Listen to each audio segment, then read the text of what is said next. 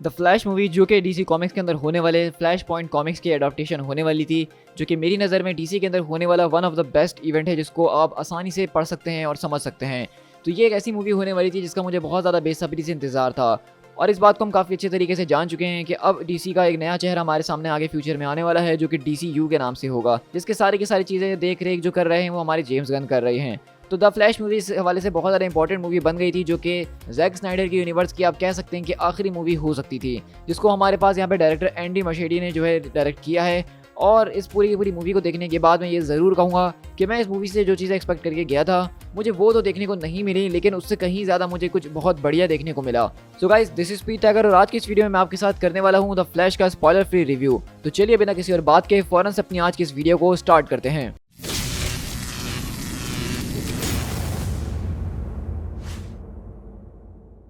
सबसे पहले अगर हम थोड़ी सी इसकी स्टोरी लाइन के ऊपर बात करें तो वो करना काफ़ी ज़्यादा ज़रूरी है, क्योंकि ये फ्लैश पॉइंट स्टोरी के ऊपर से अडॉप्ट करके बनाई गई है। अब जिन्होंने भी फ्लैश पॉइंट स्टोरी के बारे में नहीं पढ़ा, मैं उनको थोड़ा सा बता देता हूँ कि बेसिकली स्टोरी लाइन के अंदर होता कुछ इस तरीके से कि फ्लैश यहाँ पे टाइम के अंदर पीछे जाता है अपनी माँ की जान को बचाने के लिए, जिसके बाद वो पूरी की पूरी यूनिवर्स को बदल देता है इस टाइम ट्रैवल के चक्कर के अंदर, जहाँ एक ऐसी दुनिया उसके सामने आती है जो कि एक बहुत ज़्यादा डिस्टोपियन किस्म की होती है, जिस दुनिया के अंदर वंडर वुमन, एक्वामैन एक दूसरे से जंग के ऊपर लगे हुए होते हैं और दुनिया भर में इसके पूरे के पूरे कॉन्सिक्वेंसेस सामने आ रहे होते हैं। जिस यूनिवर्स के अंदर साइबॉर्ग जो होता है वो अकलौता हीरो होता है जो कि इन सारी की सारी चीज़ों से मुकाबला करने की कोशिश कर रहा होता है। इस यूनिवर्स का बैटमैन वो दरअसल ब्रूस वेन नहीं बल्कि उसके फादर थॉमस वेन होते हैं, और वो बहुत ज़्यादा डार्क और ब्रूटल किस्म के होते हैं जो कि काफ़ी ज़्यादा अलग तरीके से काम करते हैं इस यूनिवर्स के अंदर। और फ्लैश इस पूरी की पूरी यूनिवर्स के अंदर जाके फंस जाता है, जहाँ पे उसकी सारी की सारी स्पीडस्टर वाली पावर भी उससे छीन ली जाती हैं। तो ये स्टोरी अपने अंदर बहुत ज़्यादा इंटरेस्टिंग थी, जहाँ पे हमने डीसी के एक अलग ही तरह के चेहरे को देखा था, जहाँ पे हीरोज़ हमें विलन की तरह नजर आए और विलन्स हमें हीरोज़ की तरह नजर आ रहे थे। तो इस स्टोरी को जब अडॉप्ट करके इस मूवी के अंदर लेकर आया गया है तो मैं ये कहूँगा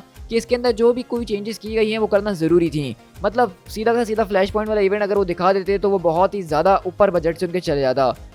तो इन्होंने जिस तरीके से भी इस पूरे के पूरे बजट के अंदर रहते हुए चीज़ों को फिट करने की, स्टोरी को अडॉप्ट करने की, चेंज करने की कोशिश करी है, मुझे वो काफ़ी ज़्यादा पसंद आया है। इस मूवी के बहुत से जो है पेचीदा किस्म के कॉन्सेप्ट है उसको निकाल के काफ़ी ज़्यादा सिंप्लीफाइड कर दिया गया है। ये गिनती की उन कुछ मूवीज़ में से एक है जिसके अंदर टाइम ट्रैवल करके दिखाया गया और वो कहीं से भी ऑकवर्ड फील नहीं हो रहा। मतलब टाइम ट्रैवल के बारे में हम सब जानते हैं कि उसके अंदर जो लूप होल्स होते हैं वो हमेशा क्रिएट होते ही हैं, लेकिन जिस तरीके से इस पूरी की पूरी मूवी के अंदर टाइम ट्रैवल के रूल्स को सेट किया गया है वो मुझे बहुत ही ज़्यादा पसंद आए हैं। और इससे पहले शायद मैंने कभी भी ऐसे टाइम ट्रैवल के रूल्स को किसी और मूवी के अंदर यूज़ करते हुए नहीं देखा है। इसी के अलावा अगर हम पूरी की पूरी मूवी की स्टोरी की बात करते चलें तो मूवी की स्टोरी अपने फ्लैश पॉइंट स्टोरी को बहुत ही ज़्यादा हेवीली अडॉप्ट करती है, लेकिन उसके बावजूद भी कहीं बहुत ज़्यादा अलग अलग चेंजेस भी कर देती है। अगर मैं कास्ट के ऊपर बात करता चलूँ तो मैं यहाँ पे ये ज़रूर कहूँगा कि एज़रा मिलर बंदा बहुत बेकार है, लेकिन एक्टर बहुत ज़बरदस्त है भाई। जिस तरीके से उन्होंने इस पूरी की पूरी मूवी के अंदर अपनी परफॉर्मेंस दी है, मैं उनका फ़ैन होकर रह गया हूँ। और इसके अलावा यहाँ पे ये बात बहुत ज़्यादा नोट करने वाली है जिसको बहुत ज़्यादा लोग बिल्कुल भी नोट नहीं कर रहे हैं कि किस तरीके से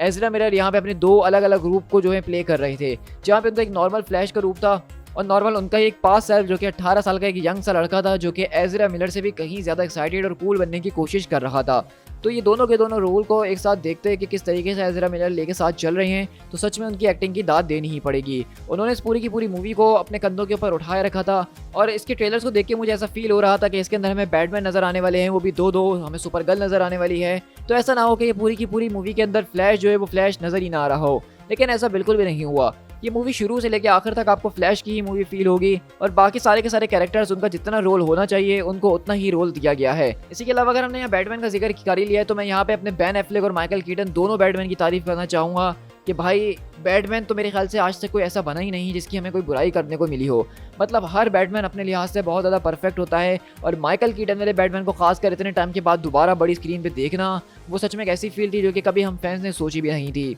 अब वो अलग बात है कि इसके बाद आगे बैटमैन के साथ क्या होने वाला है, सुपरमैन कौन बनने वाला है, उसके बारे में हम कुछ नहीं जानते। इसके अलावा सुपर गर्ल के कैरेक्टर के ऊपर अगर मैं बात करूँ तो यहाँ पे साशा काले ने जिस तरीके से सुपर गर्ल के कैरेक्टर को प्ले किया है वो उन्होंने बहुत ज़्यादा ज़बरदस्त किया है। हाँ, मैं ये शिकायत ज़रूर करूँगा कि सुपर गर्ल का जो स्क्रीन टाइम था वो बहुत ही ज़्यादा कम था। मैं इससे कुछ और ज़्यादा धमाकेदार और बड़ा एक्सपेक्ट कर रहा था और मैं ज़्यादा स्क्रीन टाइम एक्सपेक्ट कर रहा था यहाँ पे सुपर गर्ल का, लेकिन वो इतना ज़्यादा इम्पैक्ट फील नहीं करवा पाई मुझे जितना मैंने सोचा हुआ था कि मैं उसका फ़ैन हो जाऊँगा। ट्रेलर्स वगैरह को देख के मुझे लग रहा था कि वो काफ़ी दमदार होंगी, लेकिन जितना ट्रेलर में था तकरीबन उतना ही मूवी के अंदर बस दिखाया गया है। इसी के अलावा इस मूवी का जो मेन विलन होने वाला है वो बहुत ही ज़्यादा एक मिस्टीरियस किस्म का विलन है जिसके बारे में मैं यहाँ पे कोई बात करके आपको स्पॉइलर नहीं देना चाहता हूँ, लेकिन मैं ये कहूँगा कि अगर आप मूवी के शुरू के 10-15 मिनट को गौर से देखेंगे तो आपको समझ में आ ही जाएगा कि इस मूवी का विलन कौन होने वाला है। तो उसके ऊपर हम अपनी एंडिंग एक्सप्लेन और पोस्ट क्रेडिट सीन वाली वीडियो के अंदर ज़्यादा बात करना पसंद करेंगे। तो इसके अलावा अगर मैं इसके एक्शन सीक्वेंसेस की बात करूँ तो मुझे इसके एक्शन सीक्वेंसेस काफ़ी ज़्यादा पसंद आए हैं। फ्लैश की पावर्स को जिस तरीके से यहाँ पे दिखाया गया है उससे पहले हमने फ्लैश की पावर्स को इस तरह कभी लाइव एक्शन के ऊपर नहीं देखा,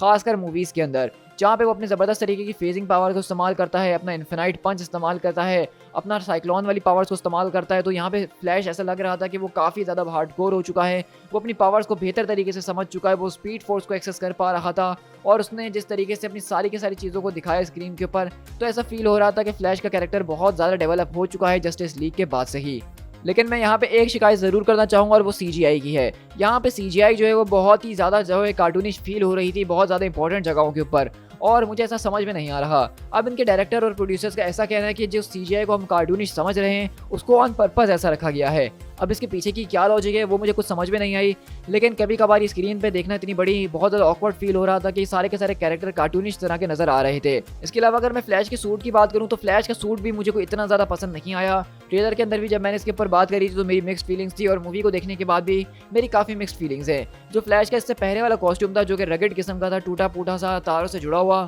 वो लोग मुझे उसका बहुत ही ज़्यादा पसंद आता था। लेकिन यहाँ पे सुपर गर्ल का जो कॉस्ट्यूम था वो मुझे बहुत ही ज़्यादा अच्छा लगा। वो पूरी की पूरी मैन ऑफ स्टील के हेनरी कैविल सुपरमैन वाली फील हमें दे रहा था, और बस यहाँ पे एक बैकग्राउंड म्यूजिक की कमी थी जो कि इस पूरी की पूरी मूवमेंट को और भी ज़्यादा एपिक बना सकता था सुपर गर्ल की। तो हम अगर बैकग्राउंड म्यूजिक की बात करें तो मैं बाकी म्यूजिक की बात करना चाहूँगा कि फ्लैश के हवाले से जितने भी बैकग्राउंड म्यूजिक इन्होंने रखे थे वो मुझे बहुत ज़्यादा पसंद आए। इसके अलावा पूरी की पूरी मूवी की जो ट्यून थी वो काफ़ी ज़्यादा लाइट हार्टेड रखी गई थी, एलिवेटेड मूवी फील हो रही थी। यहाँ पे जोक्स जो थे एक्सट्रीमली बहुत ही ज़्यादा कॉमेडी किस्म के थे। यहाँ पे कोई भी ऐसा जोक नहीं था जो कि आपको क्रिंज फील होगा, सिचुएशन के बगैर होगा। जो सिचुएशन चल रही थी उस हिसाब से जिस तरीके का बैरी एलन का कैरेक्टर है वो जोक्स मार रहा था और वो बहुत ही ज़्यादा फनी थे और हर दफ़ा लैंड कर रहे थे। तो मैंने सच में इस मूवी को बहुत ही ज़्यादा एंजॉय किया है जोक्स के मामले में। और अगर सच में DC इस तरह से काम करता रहा और मार्वल इस तरह से ना काम करता रहा तो वो दिन ज़्यादा दूर नहीं है कि जब DC और मार्वल जो है वो दोनों एक बराबर आ जाएंगे और शायद DC अपनी अच्छी स्टोरी लाइन्स की वजह से आगे भी निकल सकता है। इस पूरी की पूरी मूवी के अंदर हमें बहुत से ज़बरदस्त तरीके के ऑसम कैमियोज देखने को मिले हैं, बहुत ज़्यादा सरप्राइजेस मूवमेंट देखने को मिली हैं।